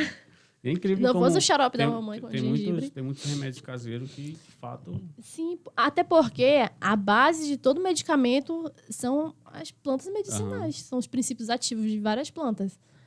Né? Tem a etnobotânica, dentro da biologia tem a etnobotânica, que tu vai conhecer as plantas a partir da visão das comunidades tradicionais. Por exemplo, eu fiz um trabalho lá com a Dona Maria, a cacique lá. Capitoa ou é cacique? Capitoa, né? Capitoa dos Tembés ali, do Jeju. Entrevistei ela, era sobre plantas medicinais. Ela me falou, assim, várias plantas medicinais, o nome da planta, para que servia, como era que eu fazia aquele remédio. Eu fiz até um artigo sobre isso. Aí, mano, um conhecimento que fica ali naquele núcleozinho familiar, mas que, se tu for levar para pesquisar, para ver o princípio ativo, tudo bate. Tipo, ela falou assim, tal coisa serve para catarro, para isso, para aquilo. Aí tu pega um remédio mesmo, um farmacêutico que serve para aquilo, tu vai ver o princípio ativo, é a mesma planta que ela falou. Que veio de geração em geração na família. Foi passado pela oralidade e muitas vezes isso está se perdendo, né? Porque não se perde, mas vai ficando para trás. Aí o meu trabalho era muito de revitalização, tipo, de resgate. A história do nosso município. Tem muitas pessoas que sabem de coisas da história do município que talvez quando essa pessoa falecer, vai levar com ela. Sim. E outras nunca vão saber que aconteceu aquilo na história e tal. E esse tipo de informação é muito triste se perder. Falando da história do município, eu aconselho todo o cidadão aqui de Santa Maria ler os livros do Laércio Braga. Inclusive, ele vai estar aqui com a gente em breve. Para saber o mínimo possível, pelo menos, né, no contexto histórico, assim. É muito principalmente interessante. diante da emancipação, né? Que da emancipação para cá é bem recente, muita gente sabe, mas da emancipação para trás, cara, a nossa história no meu trabalho, né, de conclusão de curso, eu estudei muito. Eu nem precisava, mas eu li bastante sobre a formação de Santa Maria para eu entender a parte da educação, o crescimento da educação também, até chegar na parte da educação, que era o meu trabalho era com educação ambiental, e eu tinha que entender um pouco da educação, né, como um todo no município, que foi se desenvolvendo paralelamente à emancipação, foi se desenvolvendo em conjunto. Tem um livro do professor Edmilson, acho que é do Edmilson. Professor Edilson ou Edmilson? É um dos dois. O Edmilson é o professor de geografia, o Edilson é aquele que é o... É o que escreveu o hino? Isso, então esse é o livro dele. 50 anos de emancipação e muito mais de educação. Esse livro é muito bom. Ele falou desse livro aqui que ele escreveu. Ele é muito bom. Eu li quase tudo que esse pessoal daqui de Santa Maria escreveu. Como Pode me dar livro tu teve acesso a esse livro dele? A minha tia é amiga dele, ele deu esse livro pra ela, eu capei o livro. Eu capei o livro, tá lá em casa. Eu tenho o livro de Santa Maria do Laércio, tenho esse dele, tem um de poemas dele também, porque ele também escreve. Nossa, eu adoro. É multifuncional, professor. É muito bom esse livro para te ter uma noção, até o nome das escolas, o porquê o nome daquela escola foi esse. Muita gente não sabe, né? Tipo, eu estudo lá no João Gabriel, mas eu não sei que o João Gabriel foi um prefeito aqui, nem sei mais. Enfim, tem um contexto, tudo tem um contexto histórico e influencia em tudo. Aí é muito bom. Aconselho vocês a lerem coisas da terra, né? O que a gente está escrevendo, os pesquisadores daqui, os historiadores, o que a gente escreve, o que a gente produz. Massa demais. Lucélia, obrigado por gravar esse podcast com a gente. Já tem quase 2 horas de gravação, quase 7 horas da noite. Tu nem percebeu, né? Não. Eu acho que esse podcast ele não foi voltado para a história do município, como foi os nossos primeiros, mas eu já tinha esse interesse justamente com o Léo. Ele não pôde estar aqui hoje, mas eu acho que ele ia gostar demais de conversar contigo sobre biologia. Para que esses jovens que vão prestar vestibulares eles já tenham acesso ao curso de biologia, uma experiência, vendo pelos alunos que já passaram, que já cursaram, para não só entender como funciona a vida de um acadêmico lá fora, as dificuldades, mas também entender um pouco do curso e de como ele pode estar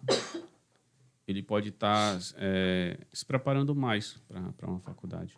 Sabe uma ideia que eu tive há muito tempo, mas que eu nunca botei para frente, até porque eu não tive apoio. Na época, só a Rita que entrou comigo na Doidice, mas a gente não conseguiu colocar para frente. A gente queria fazer tipo uma feira cultural, científico, assim, na praça, por exemplo, onde os universitários, os já formados, pesquisadores fossem lá expor seus trabalhos para a população. Na época, eu até tentei fazer a ciência na rua, só que não teve muito manifestação para as pessoas irem apresentar. E eu estava muito ocupada com o meu mestrado, então eu também estava com dor de cabeça. Interessante isso Daí, aí. isso é uma oportunidade de fazer, por exemplo, uma feira vocacional com as pessoas que já são formadas, com os que estão estudando, para falar sobre os cursos como um todo, o que eles trabalham, o que eles pesquisam, como é, como não é. As pessoas vendo aquilo, identificando, vai sentir interesse, vai... Do nada, assim, eu gostava de tal coisa, mas eu vi essa pessoa falando sobre isso com tanto amor, com tanto carinho, deve ser bom, vou para essa área. Interessante. Vai muito na linha da jornada literária, né? Que a parte desenvolve. Eu acho que até, talvez, se vocês se juntassem, poderiam acabar desenvolvendo esse projeto. Seria interessante. Eu e o Léo, a gente teve essa ideia de trazer pessoas aqui formadas, filhos de Santa Maria principalmente, trazer enfermeiros, fisioterapeutas, nutricionistas, médicos, advogados, para contar como é um pouco do curso e como foi a vida acadêmica, que é para justamente essas pessoas que vão entrar e já ter acesso a experiência de outros, para que chegue lá não se surpreenda, não se decepcione, principalmente. Eu acho que isso é importante. Eu não tive, na minha época. Se eu tivesse, provavelmente eu não estaria na contabilidade, eu acho. Mas, agora que a gente está fazendo, é importante a juventude ouvir, né? O que a gente não teve oportunidade, a gente vai tentar dar oportunidade para os próximos, né? É muito importante. De modo geral, eu aconselho a fazerem biologia, ciências biológicas. Quem quiser ser pesquisador, quem quiser ser professor, eu aconselho. Porque, tipo, é a mesma coisa da parada da política, que as pessoas só criticam e não fazem nada. Tu critica muito professor, tu critica muito pesquisador, mas tu não entra naquilo e mostra o teu melhor para mudar aquela realidade. Diz assim, professor, são tudo vagabundo, são tudo isso, são tudo aquilo. Se tu não é vagabundo, então entra lá, vai dar aula, vai fazer aquilo melhor. Que assim, com certeza, as coisas vão para frente. Ou não. Que a pessoa pode entrar lá e não se encontrar. Mas, enfim, eu acho que tem que ter um pouco de amor pelo que faz. Tem que ter amor ao dinheiro, ao que faz. Eu acho que a parte financeira ela é um detalhe. Né? Claro que a falta dela dificulta a vida da pessoa. Mas quando a pessoa consegue ir pelo caminho que ela quer, que ela gosta, e ela se torna um bom profissional, a parte financeira vem com resultado. Vou falar da professora Shirley, por exemplo. Uma professora que eu tinha muita admiração por aquela mulher, porque eu via o amor que ela tinha em dar aula. Eu ficava assim, meu Deus, ela gosta daquilo que ela faz e ela faz bem. Eu quero ser assim. Ela era uma das minhas principais... Vamos puxar saco dela aqui. Bora puxar junto aqui. Não é verdade? Ela é foda, ela chega na aula lá... Ela arrasa, mano. Aí era uma coisa que eu olhava assim, meu Deus, ela faz aquilo com tanto amor. Tipo, é um trabalho, é cansativo, mas ela também tá sendo feliz naquilo. Aí eu queria me encontrar assim, sabe? Num Agora emprego ela tá desse. com a associação Amigos dos Animais. Amigos dos Animais. Cara, eu não sei se alguém viu, mas a história do Jack, o cachorro que já foi 3 vezes para doação. Por que fizeram isso contigo, Jack? Coitado do meu amigo. Tá, peraí. Pois é, o cachorro Jack lá, ele foi doado para uma família e é um cachorro, vai para um lar, sei lá, o casal não tinha muita experiência com animais, não sei, mas o cachorro ele meio que aprontava dentro de casa como de um animal, né? Aí o esposo lá da menina não gostou muito do cachorro lá, que arranhou o carro dele e tal. Aí devolveram. Aí parece que ele foi para outro lar e essa família não tinha um lar legal para ele. Então, ele, por exemplo, ele não tinha uma casa murada, então o cachorro vivia na rua, corria muito perigo e tal. Um cachorro errante. Eles, em vez de, como é que eu posso dizer, deixar o cachorro correndo perigo na rua, eles preferiram devolver para a associação.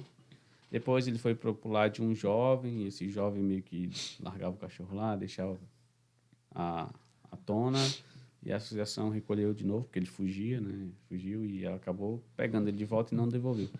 E agora ele está de novo para doação, inclusive eles estão atrás de uma pessoa que queira adotar o cachorro. Ele está precisando de uma família. Posso ser responsável. Jack aí é polêmico, né? Jack Chan é... É o Jack. A saga ele do é um Jack. cachorro bonito, vermelhão e tal. E tem, muitas das pessoas que querem adotar, geralmente querem adotar um filhote. Uhum. Ou um cachorro mais novo. E não analisam os prós e os contras de ter um animal, né? Porque tem todo animal vai dar trabalho, ele vai fazer cocô, ele vai... É um animal, né? E muitas pessoas só querem quando é filhote. E depois que o cachorro ficar velho, não quer mais cuidar. Isso acontece muito. E até eu defendo uma pauta aí que cachorro não é presente. Animal nenhum é presente. Que as pessoas dão de presente para as crianças. Aí, enquanto é filhotinho, é amado. Depois que o bichinho cresce, é abandonado. Verdade. Tem que ter todo... É a mesma coisa de ter uma criança. Tu vai ver os prós e os contras para adoção de uma criança. O animal também vai ser... Tu vai ser o responsável dele até ele morrer. Enfim, É isso aí. responsável. Célia, muito obrigado por participar aqui com a gente. A gente sabe da dificuldade que você tem e as lutas que você passa todos os dias. A gente é grato por você ter vindo aqui, dado disponibilidade para a gente e apresentar um pouco do seu curso e da sua carreira acadêmica. Muito obrigado. Pois é, eu que agradeço o convite. Foi muito gratificante estar participando aqui, falar um pouquinho da minha experiência, um pouquinho, né, da minha vivência, que isso foi só o superficial. E vai fazer aquilo que tu gosta, que tu se sente bem para fazer, que vai dar certo. Então é isso. Tem uma coisa para falar? Não. Léo, tu tá igual o Léo, só calado. Porque o Léo... O pior foi que o Léo, eu reclamei pro ele, Léo, tem que conversar mais. Aí a primeira pergunta que ele faz pro convidado, eu vou lá e corto o cara. Depois eu fiquei pensando, pô, eu cortei a pergunta do Léo, puta merda. Mas a gente tá aprendendo, né? A gente começou e tá aprendendo agora. O pessoal vai entender, tá? Obrigado, pessoal, para vocês que assistiram a gente até aqui. Eu acho que isso é muito relevante, principalmente para o jovem que vai entrar na faculdade e não tem certeza ainda do que quer. Para você que não se interessa pelo assunto, paciência, pula para o próximo. Eu acho que esse tipo de assunto ele é muito engrandecedor para o conhecimento da nossa juventude, né? Espero que vocês tenham gostado, quem gosta do assunto, e é isso. Obrigado. Alô. Tchau. Like e compartilha.